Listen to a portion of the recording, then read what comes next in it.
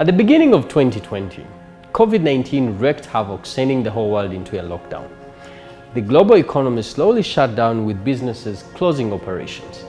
These economic challenges did not spare the media industry, and at the time when the public needed information, journalists were either laid off or they are working in very hard conditions. The newspaper industry itself faced an almost sudden inhalation due to lockdown and social distancing as revenues went lower. The economic stress aside, an already struggling media landscape was also hit by a second virus accompanying COVID-19, the infodemic, which manifested itself in form of fake news, misinformation, and disinformation. And as an organization that is very passionate about keeping journalism alive, we went out to document the impact of COVID-19 to the media industry in Uganda. This very video you're watching is part of a 12-part series featuring media managers answering some of the questions that you'll be watching. Enjoy. In terms of response, one was to align the content, what kind of content should be produced. So everything we did had something to do with COVID, because it touches every sector of the world economy. It brings the world to a standstill. So it was imperative that we realign our content to try and be more relevant to the Ugandan. Kuzikunukkiriza makumi ana bukyanga President Yoweri Kaguta Museveni alangirira omuggalo ku ggwanga Uganda ne kafyu n'ekigenderera ekyokutangira ensaasaana y'ekirwadde ki COVID-19 mu njagala ennyangu bannayuganda bangi bajjumbidde ekiragiro kino. But also in terms of method of work, of course the shift kind of system has been able to show us that actually people can do more, and we've had a lean team at some point which has delivered very good results.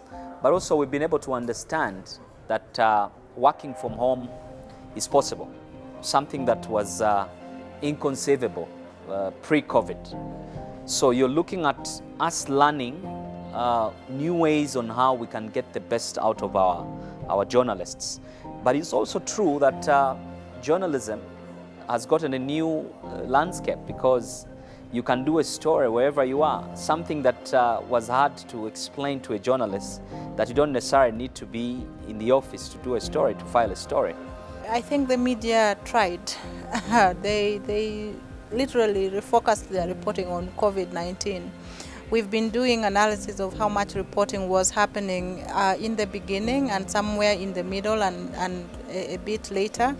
And we find that they shifted their focus a bit and started talking more about COVID-19. If you listen to radio at that time, every presenter was talking about COVID-19. It's not the usual coverage, but at least they were talking about it. They were informing the public every now and then. So even though they were thin on ground, they were still covering. Of course, they have been criticized for letting, the president and his team probably hijack the whole process and just wait and listen from official communication. But there was little they could do, because very little was also known in terms of the facts. And the sources of the fact were the ones coming to the media to say, this is what we know, this is what we want people to know. So there was not enough done to have them, go beyond what the official line is. And they could have done that, but again, it was not possible, where now they had reduced the number of journalists on the ground to really do the kind of digging up that was needed to bring behind the stories, to bring out analysis of what was actually happening, to question some of the decisions that were being made. Personally, I would sit in my house and listen to some of these decisions and ask myself, but really, is that even necessary? Yet, we were not able to see journalists question these decisions. We just took whatever government told us, we took whatever we were told that the scientists have said. So the scientists have said became the norm, and journalists were not really questioning this, and that was sad. I've decided to close the education institutions even before the occurrence of a single corona incident, because I have observed the situation in other countries.